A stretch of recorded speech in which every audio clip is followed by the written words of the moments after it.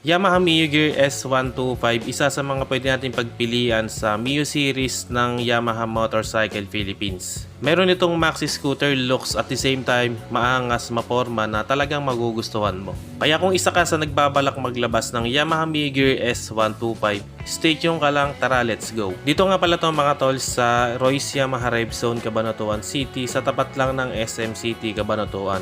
Sa video na to mga tol, alamin natin yung specs and features, kung ano yung mga kaya niyang i-offer sa atin. At syempre alamin na rin natin kung magkano na ba yung presyo nito ngayon. Ang SRP ngayon ng Yamaha Mio Gear S125 ay 84,400 pesos. Pagdating sa looks nito, so 125cc lang yung scooter na to. Maliit siya, meron siyang floorboard. Ang malupit dito sa front end niya, no? So may pagka maxi scooter look siya.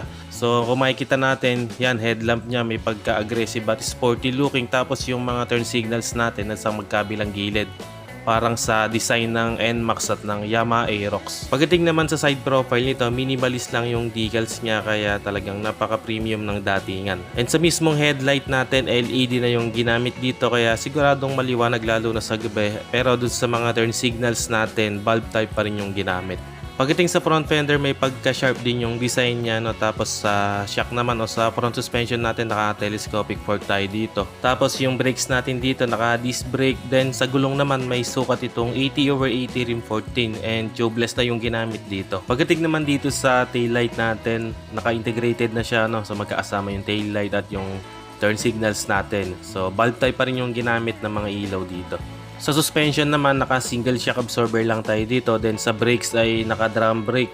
And yung gulong niya medyo mataba, ano? So may sukat itong 100/70 rim 14 at tubeless na rin yung ginamit dito. Dito naman sa meter panel, naka-analog design siya at dito natin makikita yung mga basic info tulad ng speedometer, odometer, fuel gauge. At meron din siyang mga light indicators tulad ng check engine, yung high beam and turn signals at yung indicator ng stop and start system para dito sa S version. And sa mga switch naman sa handlebar, dito sa kanan meron tayo ditong switch ng stop and start system, yung hazard light switch at yung electric push start. And of course dito sa kabila yung high and low beam turn signals at yung busina. And meron nga rin tong safety features, ano? So meron siyang brake lock. So para magamit natin yan, pindutin lang natin yung button na to, no? So press lang natin yung brake lever.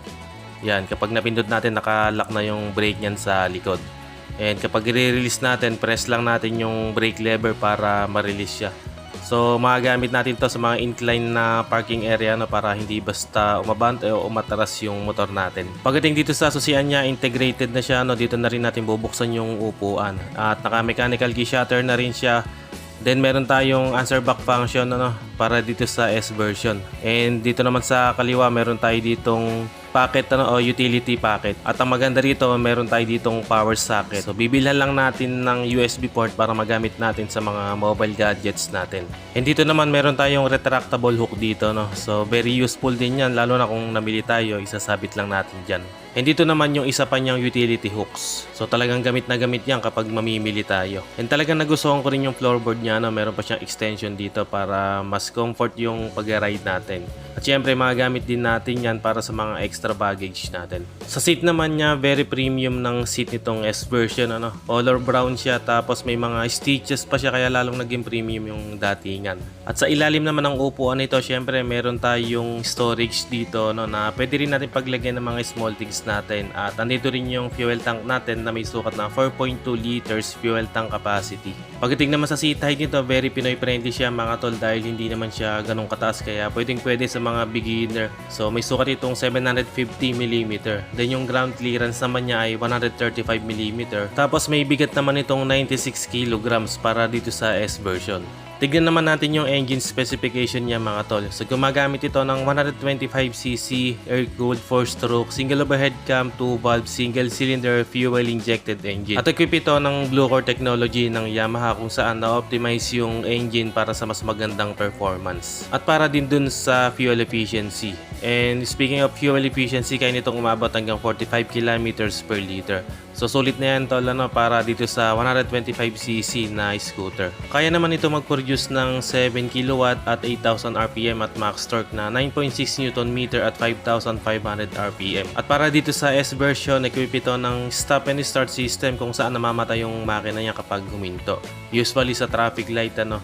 So mamamatay yung makina niya, then after ilang segundo pihitin lang natin yung silinyador niya at automatic under na yung engine niya. So andun yung pagka eco-friendly niya, at the same time nakatipid ka sa gas dahil naka-shut off yung engine habang nakahinto. At naka-SMG na rin ito, smart motor generator, kung saan wala na tayong maririnig na friction ng starter kapag in-start natin yung engine. At ang kagandahan dito, meron siyang kickstart para kung sakaling magloko yung battery natin, so mapapaandar pa rin natin siya gamit yung kickstarter. So yun ang update natin para dito sa Yamaha Mio Gear 125S version. So meron din siyang standard version yung walang stop and start system. Kaya sa mga taga Nueva Ecija dyan, kung nagbabala kayong mag Yamaha Mio Gear 125, punta lang kayo dito sa Royce Yamaha Rev Zone, Cabanatuan City, in front of SM City, Cabanatuan. And pwede rin naman kayong mag-PM sa akin sa Facebook page natin, Motoken.